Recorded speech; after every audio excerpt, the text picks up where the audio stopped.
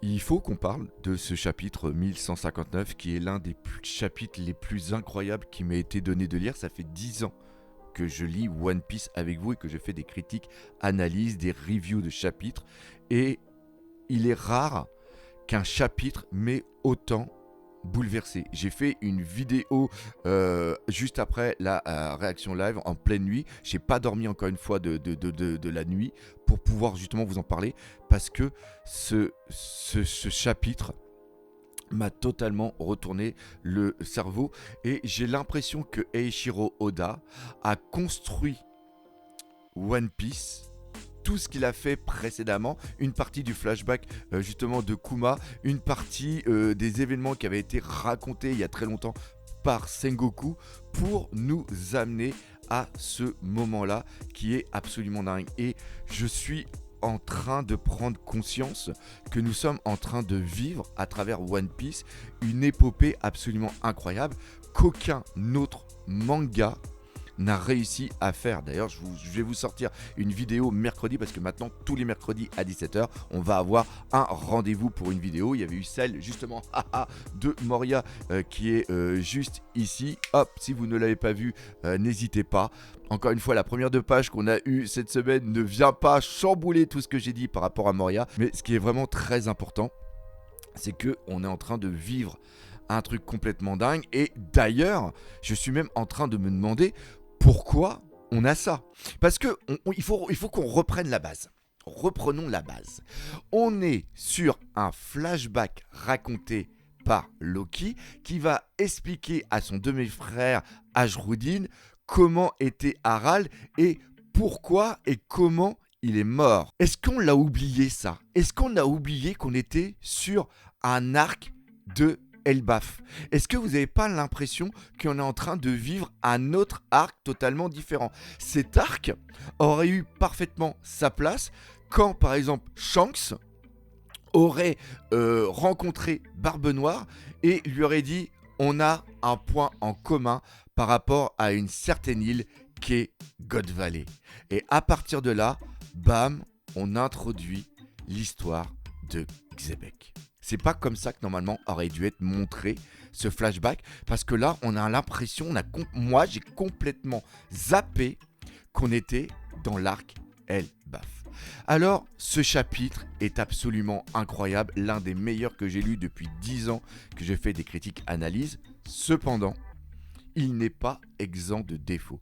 Il y a 3 défauts absolument dingues et je vais avoir besoin de vous dans les commentaires pour que vous m'expliquiez pourquoi Eiichiro Oda a fait ce type d'erreur. Alors encore une fois, pour ne rien oublier, et vu que maintenant vous adorez cette façon de faire les critiques analyses, eh bien on va prendre page par page et on va essayer d'expliquer parce qu'encore une fois j'ai fait la réaction live mais il y a plein de choses que j'ai oubliées. C'est lors de la deuxième, troisième, quatrième lecture que j'ai découvert des trucs absolument dingues. Donc la première de page, on envoie et là après on est sur il y a 39 ans, l'île des pirates, la ruche.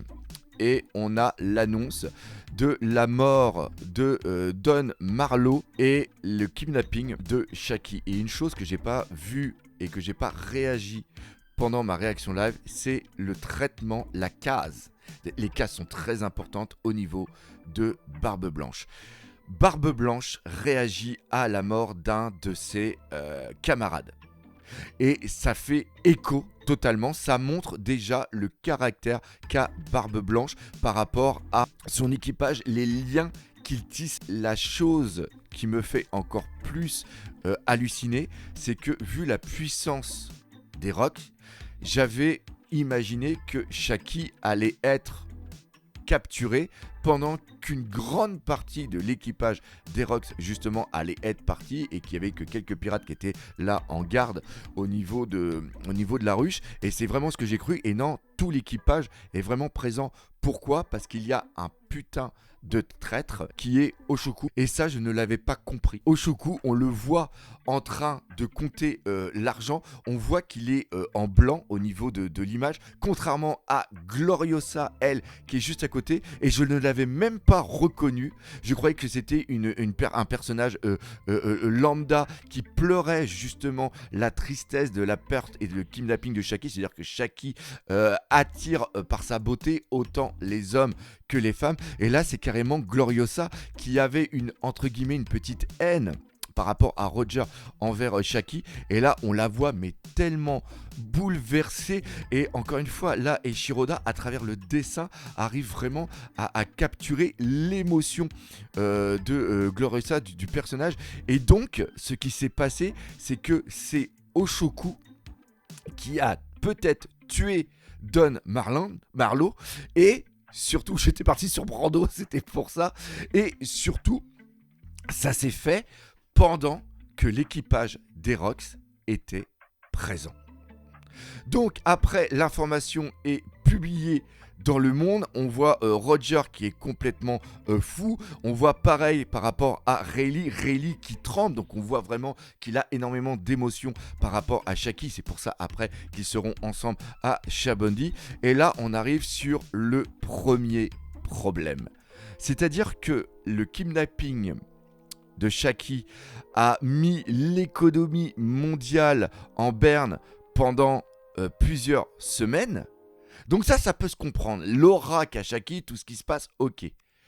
Le problème qu'il y a, c'est qu'elle a été capturée 1 an avant les événements de God Valley. Comment est-ce possible que soit l'équipage d'Erox, soit l'équipage de Roger n'ait pas cherché et même trouvé, ils l'ont sûrement cherché, mais comment ça se fait qu'ils ne l'ont pas trouvé? Ils doivent avoir des informateurs partout. Shaki, par rapport au fait qu'elle est mondialement connue et qu'il y ait une aura absolument dingue, à un moment, il doit avoir des infos qui fuitent. Surtout que Oshoku, on va le revoir plus loin 1 an plus tard. Donc Oshoku, qui est un putain de traître, dans l'équipage d'Erox, n'a éveillé aucun soupçon. C'est quoi cet équipage de branquignoles? Rox a été à Marijoa, a parlé avec Im-sama. Il est capable de faire des trucs absolument de malade et il ne retrouve pas Shaki. Shaki, même si elle est protégée, parce qu'elle va être le trophée ultime de ce qui va se passer à God Valley. Ça, je l'ai compris, je suis pas con. Mais comment ça se fait que, vu la puissance, tout l'aura qui nous a été montré sur l'équipage des Rox, il n'ait pas réussi à trouver l'information et que Oshoku soit encore vraiment peinard. L'équipage de Roger, ça peut se comprendre, il n'a pas encore l'aura qu'il aura plus tard au moment justement de la découverte de Loftel, etc. 1499, 1500, vous connaissez les bails. Mais pour moi, ça, c'est un problème qui est hyper et qui me fait mal au cœur et qui peut même un petit peu me sortir de ce chapitre. Vous pareil dans les commentaires, dites-moi ce que vous en pensez. Après, on passe sur justement God Valley, 1 an après l'incident, et là, on a fucking Garling qui est présent. Il revoit sa femme, la génitrice de ses enfants. L'image des 2 enfants, Shanks et aussi Shamrock, il n'y a pas de grosse différence au niveau de leur visage. Ils ont l'air d'être à peu près identiques niveau caractère. Et le truc qui est absolument effroyable, Garling tue la génitrice, parce qu'on peut même pas dire sa femme, parce que c'est pas sa femme, la génitrice de ses enfants. Pourquoi il a décidé d'avoir un enfant, enfin des enfants, enfin un enfant, après c'est des jumeaux, hein, c'est pas obligatoire, avec elle? Est-ce qu'il va garder justement après les jumeaux? Qu'est-ce qui va se passer? Il a déjà en tête que sa femme, ça sera Shaki. On a encore une fois un traitement des chevaliers divins qui est totalement effroyable.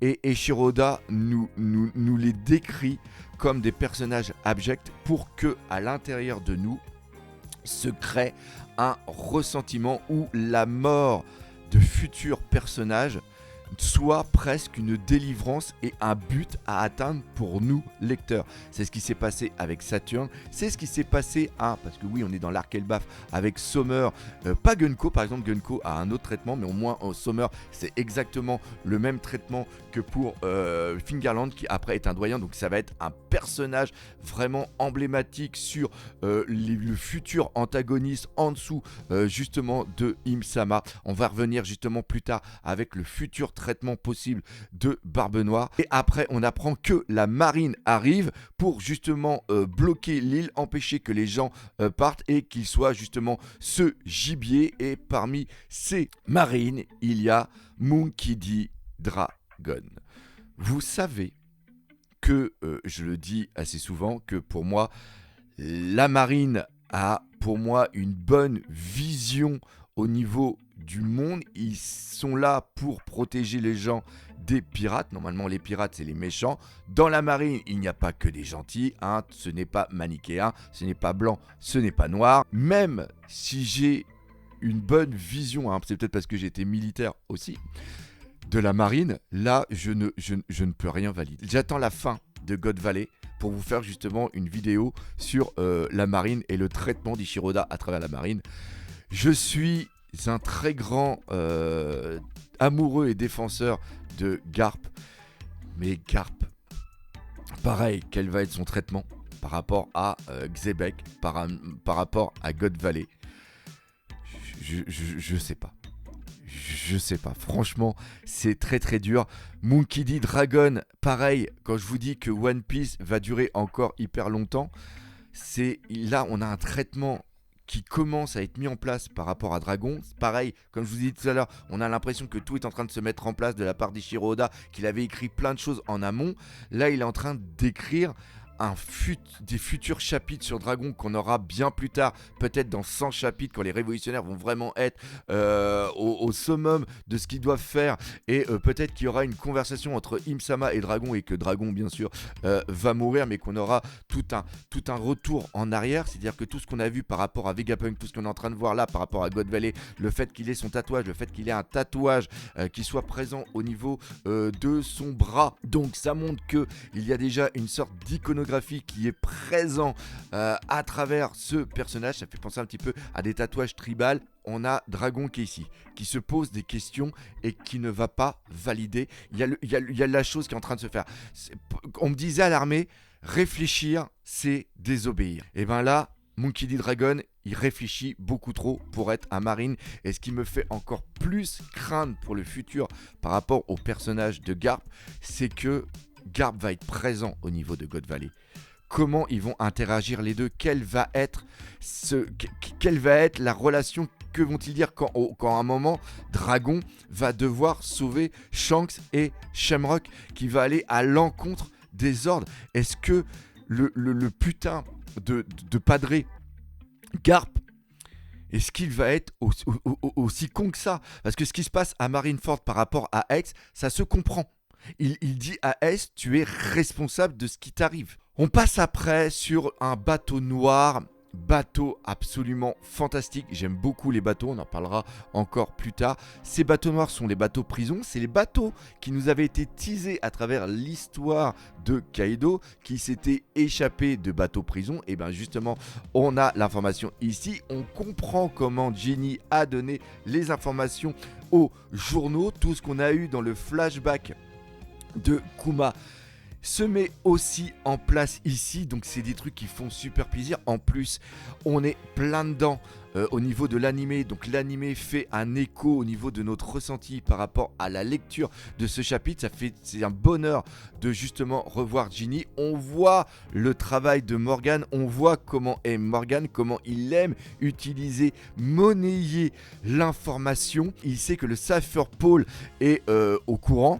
Et il a eu l'information à travers Ginny qui a relayé toutes les infos pour que les journalistes l'aient. Donc lui, après, il l'a eu. Il va voir le gouvernement mondial. Il dit, ok, moi, je ne donne pas l'information si vous me payez. Mais cependant, il va quand même donner l'information parce qu'il est de mèche ou il est en relation justement avec l'équipage des Rocks. Et c'est là où moi, je n'avais pas compris la phrase de Oshoko qui dit c'est louche, la source est fiable, point d'interrogation.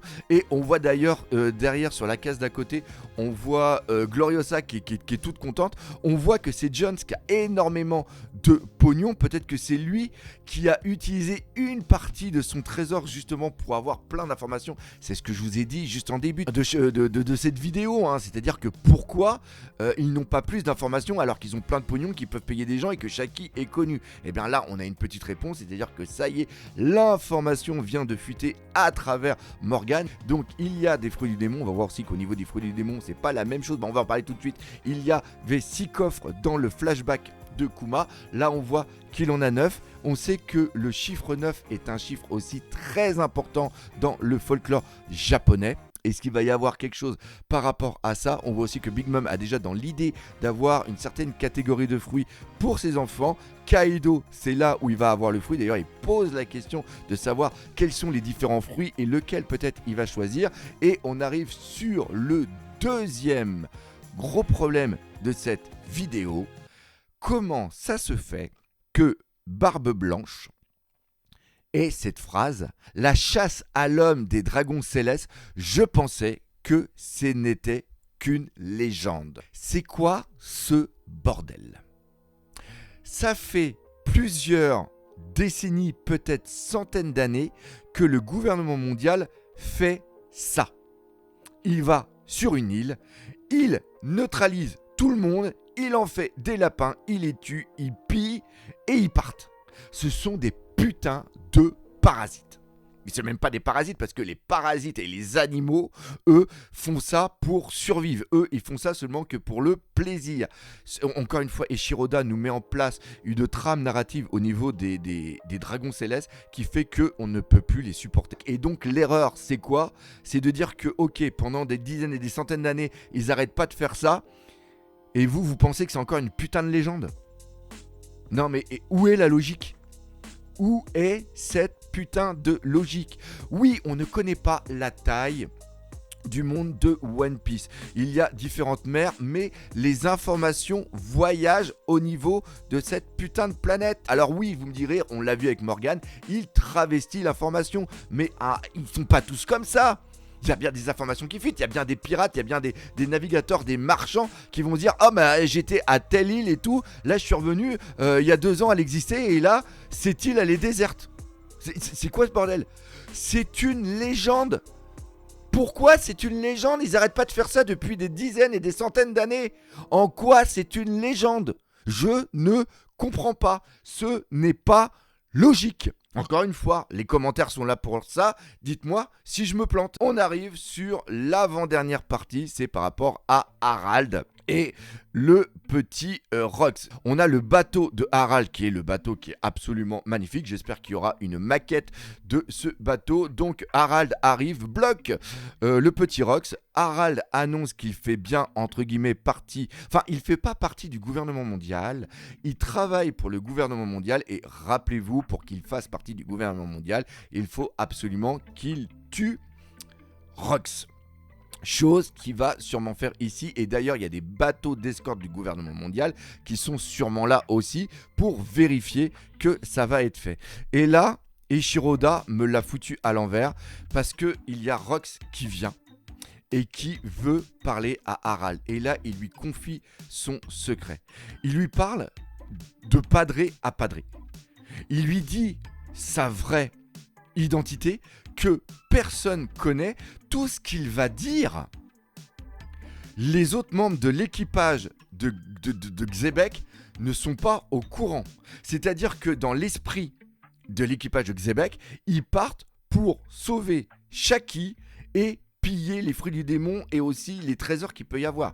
Ils ne sont pas au courant que Xebec y va surtout pour sauver son fils et sa femme. Et d'ailleurs maintenant je comprends pourquoi ça a été tellement écrit de façon à tromper les esprits. Et moi comme un gros con j'ai plongé dedans en pensant que Shaki était la maman de qui? De Barbe Noire. D'ailleurs, je ne suis pas le seul à l'avoir cru, hein. Je ne suis pas le seul à avoir été teubé sur ce coup-là, mais encore une fois, c'est le fait que Eiichiro-Oda aime bien induire en erreur. En gros, il fait ha ha ha ha ha, bah non, c'est là que je vous l'ai mis. Donc, Eiichiro Oda, à travers ça, il montre que, ok, Xebec, lui, il y va pour sa raison propre. Et on avait déjà eu ça au niveau d'un écho dans le chapitre 1096, où il y a Barbe Blanche qui dit il est où Xebec et il est en train de foutre quoi? Il a perdu l'objectif principal qui est le sauvetage de Franky. Et donc là, on a un passage où il vient demander de l'aide à Harald, parce que Harald est ami avec Rox. Et Rox est aussi ami. Ça, c'est quelque chose qu'il ne faut pas oublier. Il y a un respect qui est vraiment mutuel. Peut-être plus du côté de Rox envers Harald. Et il vient aussi jouer sur quelque chose de très important.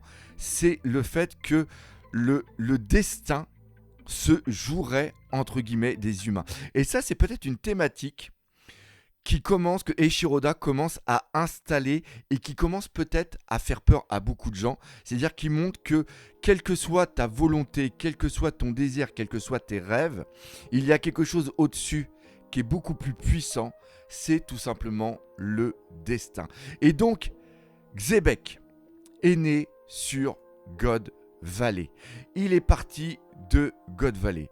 À un moment, il est sûrement revenu pour faire un enfant à la mère justement de Barbe Noire, mère qu'on ne voit pas du tout son visage, tout comme le visage de la mère de Shanks et de Shamrock, on ne le voit absolument pas. Et ce qui est absolument dingue, c'est que Xebec est né à God Valley et va mourir à God Valley. Et s'il meurt vraiment, comme ça a été dit, à cause de Roger et de Garp, il va vraiment falloir qu'on m'explique pourquoi ils ont fait ça. Parce que le Xebec qu'on a ici, c'est pas le pirate qui nous a été vendu dans les fables. Le pirate sanguinaire, le descendant, enfin l'image même de ce que va devenir Barbe Noire. Si Barbe Noire est ainsi, c'est parce que génétiquement il vient de Xebec et que son caractère en un sens serait peut-être induit par ses gènes, tout comme peut-être sa capacité d'avoir le fruit ou plusieurs fruits du démon. Et là, c'est totalement l'inverse. Xebec, c'est quelqu'un de bien pour un pirate. Il a un respect envers Harald tel qu'il nous a été présenté. Ce n'est pas celui qu'on avait eu par exemple dans le flashback où il avait laté Loki comme ça et c'était Barbe Blanche qui était venu dire à Xebec non, on fait pas ça à un gamin. C'est-à-dire que tout le traitement narratif, encore une fois, que nous a montré Eiichiro Oda, il est en train de nous faire ça. C'est complètement fou. Et donc, quand on voit que Xebec, dans nos têtes, c'est la dernière des enflures, et qu'on est content et qu'on comprend pourquoi Rox et Roger se sont alliés pour le destituer, cette image d'Épinal n'a plus lieu d'être ici. Et il vient jouer sur le fait qu'il y ait un destin, pour faire écho à la souffrance aussi de Harald. Harald subit l'image de ses ancêtres qui étaient des tyrans, qui étaient des pilleurs. Et lui, il veut changer tout ça. Donc, il est lié à quelque chose du passé, à quelque chose de la descendance des géants. Et c'est exactement le même parallèle qu'on a au niveau de Xebec.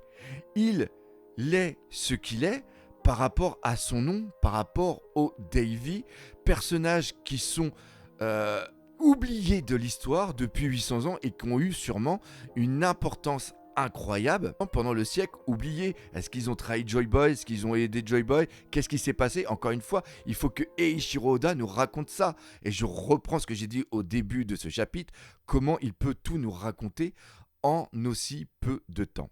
Et donc, il vient demander de l'aide à Harald. On reprend ce qui s'est passé au dernier chapitre. Ils se sont battus ensemble et ils ont dit qu'ils ne se reverront plus jamais. Et là, ils se rencontrent et au lieu de combattre, il vient lui demander de l'aide. Et regardez la tête d'Harald. Harald ne dit pas « Non, j'en ai rien à foutre de toi, je vais te niquer ta race. » Non, non, non, non. On voit qu'il est triste et qu'il est obligé de faire ça parce que le destin de son peuple, le changement d'image de son peuple doit être plus important que l'amitié, quelle qu'elle soit. Et après, on a un passage très important où on a le bateau d'Harald qui prend feu et il dit « espèce de lâche ». J'ai eu du mal à comprendre cette case et je viens de la comprendre. C'est tout simplement que Xebec, même s'il dit « alors amène-toi », ils ne vont pas combattre, ils ne vont pas perdre de temps parce que s'il ne peut pas avoir l'aide de son ami pour sauver sa femme et son fils, il devra y aller par lui-même et il n'a plus de temps à perdre dans un combat qui est maintenant futile vu qu'il n'aura pas l'aide d'Harald. Et donc il a dû faire quelque chose au niveau du bateau pour que Harald et les autres soient bloqués, que le bateau ne coule pas et que le sauvetage du bateau passe avant la destruction de Rox. Et c'est pour ça qu'il y a Harald qui hurle « espèce de lâche ». Et on arrive maintenant sur la fin avec les événements qui se passent au niveau de Gold Valley. On va pas reparler du traitement de la femme, de la marchandise. On l'avait eu à travers justement Camille au niveau de la vente d'esclaves qu'il y avait eu justement à Chabondi. Donc là on a un écho par rapport à ça. On voit qu'il y a Shamrock, pas du tout. On voit qu'il y a Sommers qui est présent, qu'on déteste totalement, qui est là justement par rapport à Garling qui a une gueule d'ange, qui est totalement en opposition par rapport au caractère noir justement qu'il a. Et parlant de caractère noir aussi, j'ai complètement oublié de dire que les David Jones c'est quelque chose qui date d'il y a 800 ans et qui font partie justement d'un monde je dirais ténébreux, enfin je sais pas encore, j'attends vraiment d'avoir la traduction officielle pour peut-être vous refaire une vidéo vraiment là-dessus, c'est pour ça que j'en parle pas plus. On a Gunko qui est magnifique par rapport à comment aller dessiner, qui fait énormément, je l'ai dit pendant ma réaction live, penser à Lady Oscar, et je pense que justement ça va être un trait, c'est un hommage que fait Eiichiro Oda par rapport au manga Lady Oscar, la rose justement de Versailles. Donc là on a l'élément, je vous ai parlé justement des coffres qui sont en plus, et on a les dernières cases que j'avais mal compris. Je vous prie encore une fois de m'excuser, mais encore une fois, je ne lis pas les spoils et je découvre le chapitre après vous. Mais là, vous voyez, là, j'ai pas dormi la nuit, j'ai bien pris le temps parce que vous m'avez fait cette critique que l'autre vidéo a été complètement à l'ouest. Donc là, maintenant, on va bien faire les choses. Je vous prie encore une fois de m'excuser, mais à culpa. Et en gros, on a Dragon qui arrive et on a l'image de Dragon. En dessous, on a l'image de Barbe Noire et je pensais que les deux étaient liés. Non, c'est une action qui se déroule au même moment, mais dans des endroits différents. Et donc, on a Dragon qui arrive dans un endroit, dans une maison, parce qu'il est en train de sûrement de fouiller les maisons pour prendre les prisonniers et les ramener à un endroit pour qu'après, ce soit des lapinous. Et la personne, on voit le sang au niveau du sol. Et c'est la mère de Shanks et de Shamrock. Elle demande, elle supplie Dragon que Fingerland ne parte pas avec ses enfants. Elle va mourir, c'est sûr. Enfin, quoique avec One Piece, elle est morte, on n'est pas sûr. Dragon va sauver Shanks et va sauver Shamrock. Ce qui, d'un point de vue de l'histoire et de l'utilisation de Shanks plus tard par rapport au fils de Dragon, est absolument incroyable. Enfin, c'est fou. Là, oui. Là, je valide. Là, il n'a pas fait d'erreur. Là, c'est magnifique. C'est tellement magnifique que comme un gros con, je l'avais pas compris. Donc après, on a Barbe Noire qui est là, qui est enfermé avec sa mère dans une prison. Il sera libéré par qui? Ce qui serait complètement dingue, c'est qu'il soit libéré par Barbe Blanche. Que Barbe Blanche reconnaisse dans le visage de Barbe Noire Xebec. Et ça aussi, c'est complètement dingue. Parce que là, on peut dire que Oda avait tout prévu. Parce que rappelez-vous ce qui se passe au niveau du Moby Dick, quand il y a Shanks qui est présent devant Barbe Blanche, il lui dit te voir me rappelle une certaine cicatrice. C'est par rapport aux événements qui vont se passer à God Valley. Et peut-être que Barbe Blanche va comprendre ce qui se passe par rapport à Barbe Noire enfant. Peut-être qu'il va voir la mort de son ami, de son capitaine.